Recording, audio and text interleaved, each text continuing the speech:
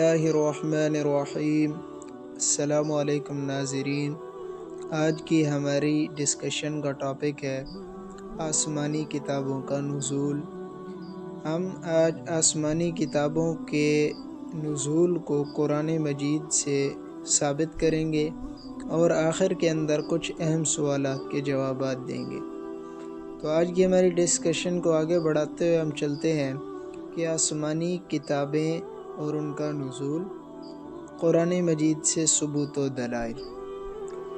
تو یہ ہمیں کیسے معلوم ہوا کہ تورات، زبور، انجیل اور قرآن مجید آسمانی کتابیں ہیں؟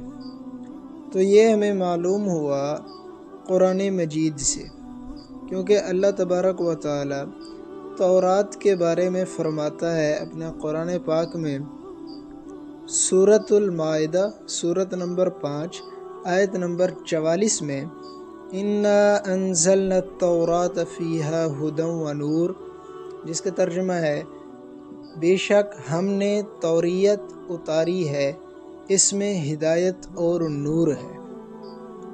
دوسری کتاب زبور کے بارے میں رب تعالیٰ قرآن مجید میں فرماتے ہیں، سورۃ النساء سورۃ نمبر 4 آیت نمبر 163، وَآتَيْنَا دَاوُودَ زَبُورًا، جس کا ترجمہ ہے ہم نے داؤد کو زبور دی۔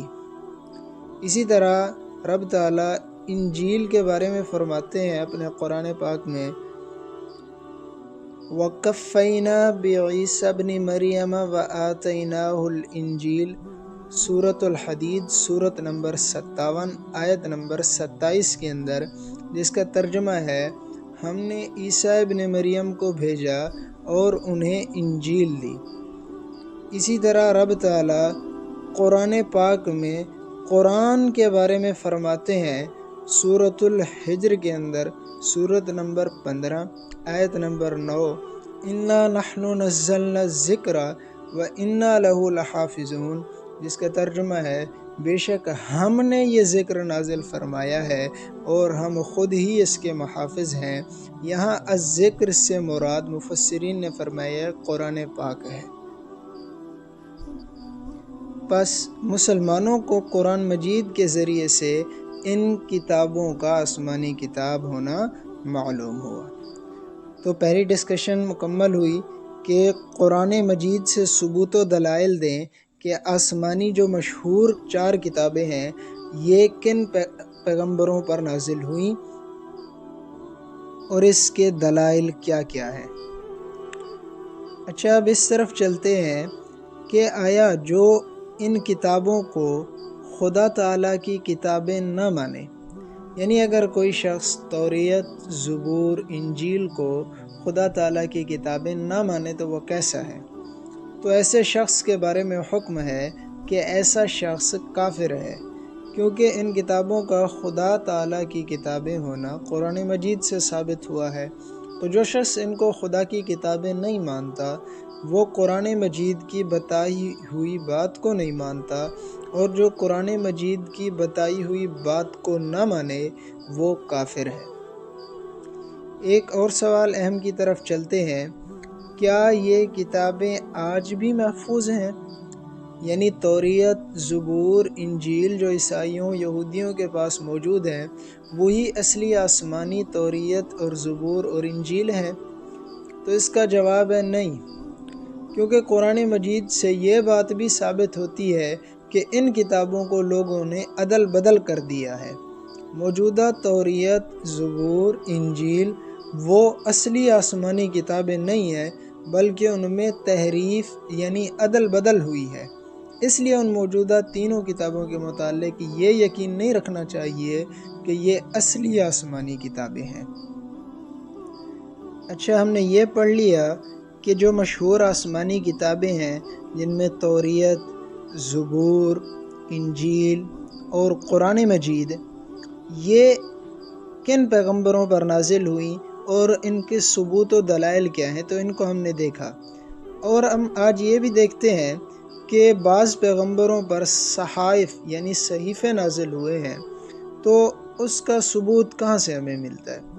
تو صحائف کے نزول کے ثبوت و دلائل کیا ہیں؟ قرآن پاک میں سورۃ الاعلیٰ کے اندر آتا ہے ان ھذا لفی الصحف الاولی صحف ابراہیم و موسیٰ، سورۃ نمبر 27 آیت نمبر 18 اور 19۔ یہاں دو انبیاء کرام علیہم السلام کے صحائف کو ذکر کیا گیا ہے، یعنی صحف ابراہیم اور صحف موسیٰ، اور بعض بڑی کتابوں میں حضرت شیس علیہ السلام اور حضرت ادریس علیہ السلام کے صحائف کو بھی ذکر کیا گیا ہے۔ اچھا، ایک اہم نقطہ جو آپ کے پیش نظر ہے کہ قرآن کلام اللہ ہے یا کتاب اللہ ہے؟ تو اس کا مختصراً جواب اس طرح ہے کہ قرآن کلام اللہ بھی ہے اور کتاب اللہ بھی ہے۔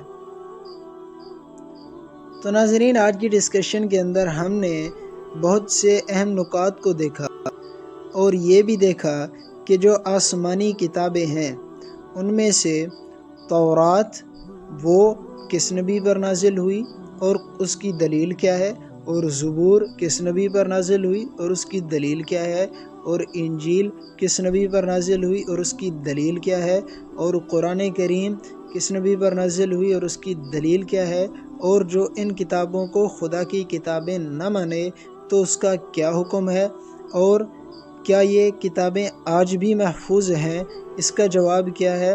اور آخر میں ہم نے یہ دیکھا کہ بعض پیغمبروں پر اللہ نے صحائف نازل کیے ہیں تو اس کی دلیل کیا ہے، اور آخر میں ایک عجیب نقطہ دیکھا کہ قرآن کلام اللہ ہے یا کتاب اللہ ہے۔